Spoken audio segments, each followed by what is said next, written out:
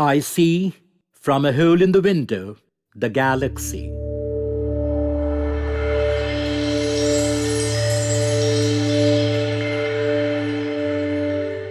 From the earliest times, man has looked into space with awe and wonder.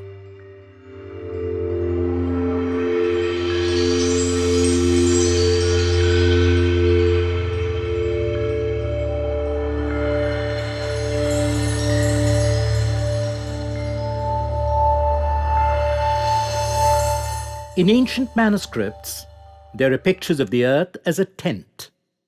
In these pictures, men are seen lifting the flaps of the tent to gaze into the heavens and watch the strange inhabitants of space.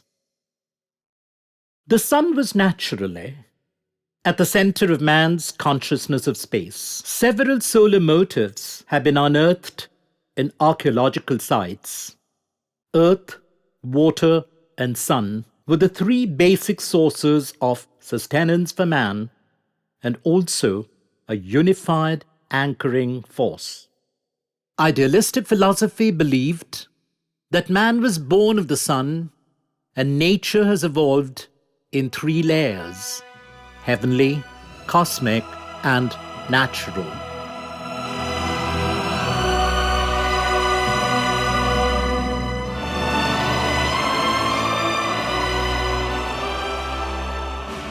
In ancient Greece, Pythagoras, Thales, and other natural scientists and philosophers from the Ionian Age employed sufficiently practical methods to draw their deductions about the creation of the earth and the nature of matter. They were able to infer, with fascinating insight, if not through scientific experimentation, not only how the universe came into being, but also how all cosmic matter, from the smallest particle to the largest, were evolving in a continuous chain of motion, attraction, and transformation.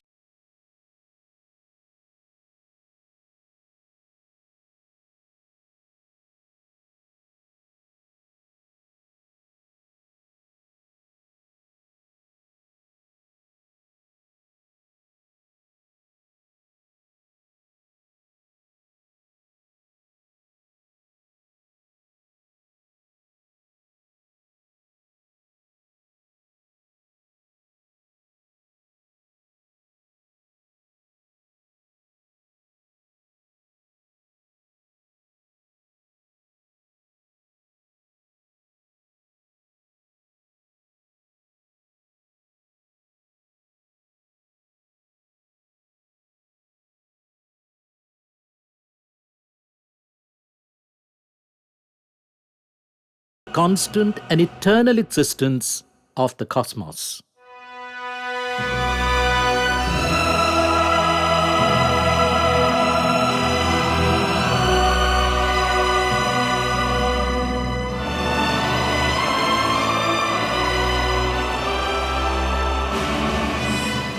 That Lucretius believed that the cosmos was created all on a sudden out of chaos.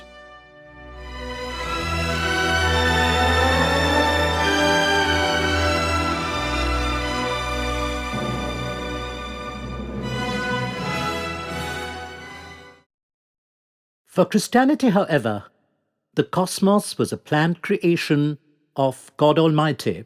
Anybody questioning the concept could be charged with heresy.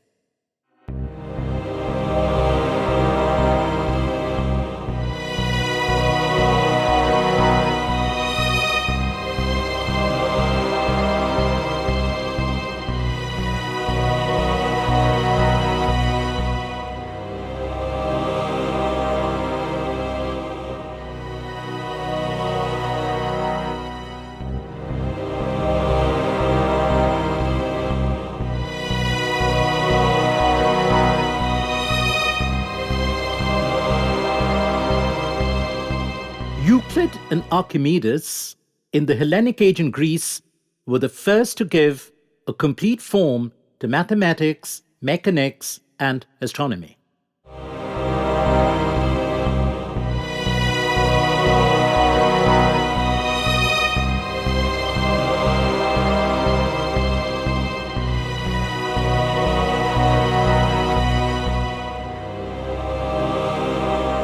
Heraclitus, whose hypotheses were structural, was the first to consider all phenomena as composed of opposites, constantly at strife with one another and thus in perpetual change. According to the mathematical philosophy of Pythagoras, numbers are the basis of everything. He believed that it was possible to explain the organizational discipline of the universe only through numbers. Leucippus and Democritus conceptualized the concept of atomism, which has had a far-reaching effect on modern science. Hipparchus is considered the first scientific observer in astronomy and the inventor of most astronomical instruments and machines which would be used for the next 2,000 years.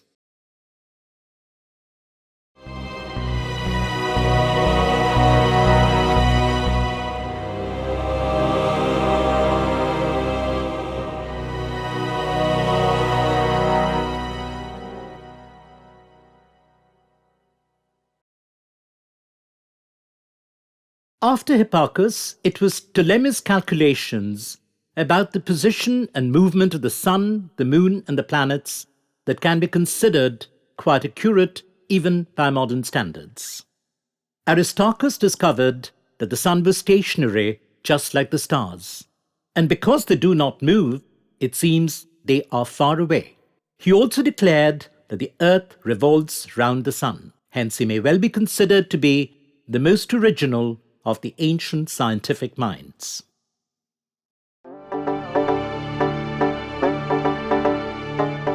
The credit of dividing a year into 12 months, adding up to 365 days, goes to the Egyptians.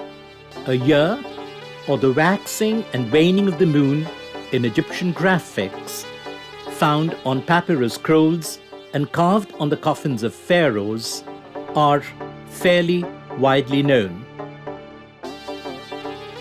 But there is no mention of an eclipse anywhere.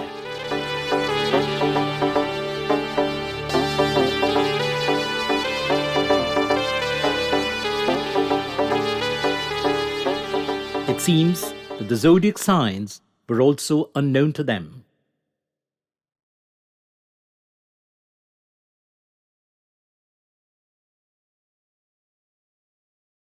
The Mesopotamians were well-known astronomers and had an ancient tradition of studying astronomy from 2000 BC. They were able to determine the positions of the sun and the moon accurately and were able to predict the occurrence of eclipses as early as 600 BC. They had also determined that a day consisted of 24 hours and a week of 7 days. Mathematics and astronomy in India have been closely interrelated. The most outstanding among Indian mathematicians have also been outstanding astronomers.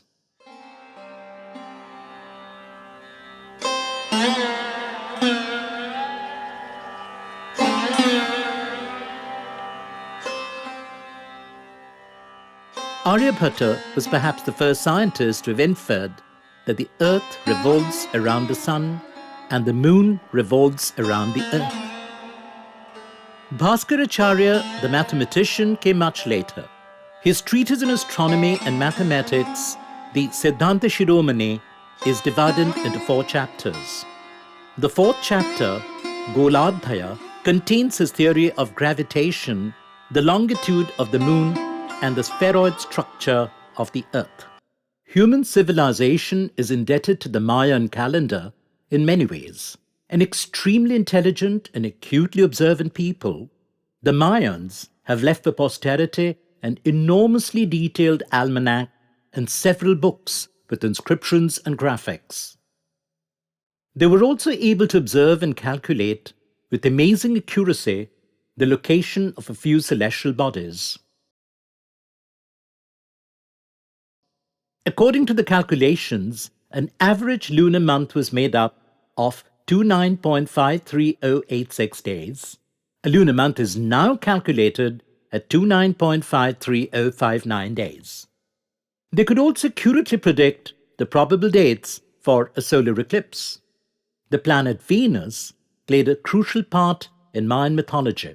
As a result of close and meticulous observation over 384 years, the Mayans were able to analyze and codify Venus's synodic revolution.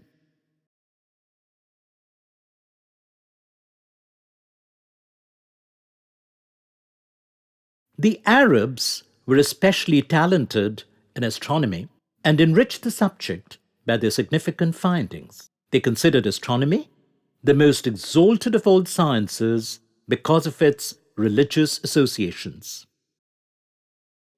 They had excelled in designing and creating instruments, applying experimental methods, and following astronomical changes from their observatory. The Arab sailors were the first to identify the Magellanic Clouds in the voyages.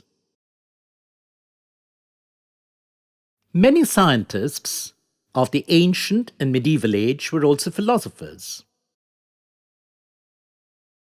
The reasons for not finding sufficient scientific awareness in the philosophy or sufficient philosophic awareness in science are the same. In man's exploration of the relationship between conscious and space, the context of religion cannot be undermined.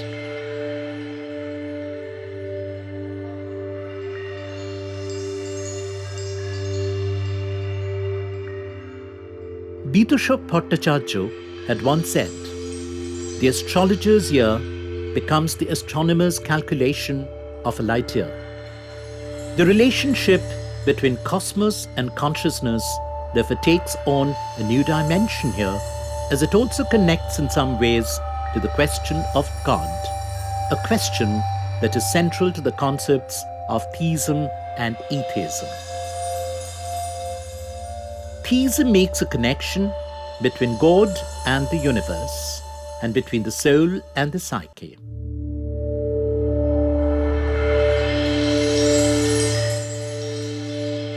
Atheism, on the other hand, makes a connection between the universe and void, and between the unconscious and the psyche.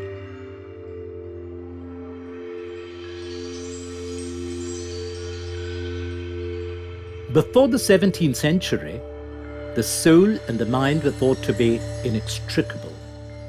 The soul would be identified as a part of the mind in close contact with God, which could travel towards Godhead and become one with it.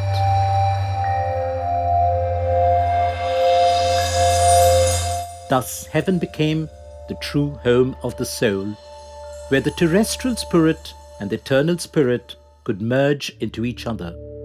Thus, the trajectory of the soul is from cosmos to heaven.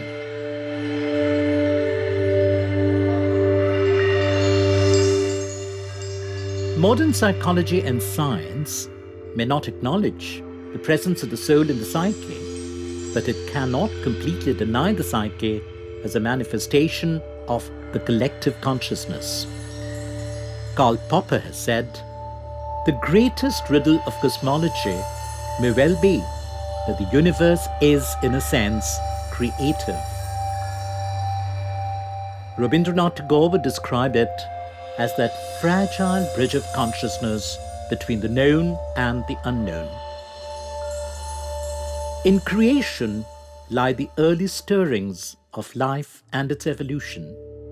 The process of creation thus is endowed with all the complexities and mysteries of life.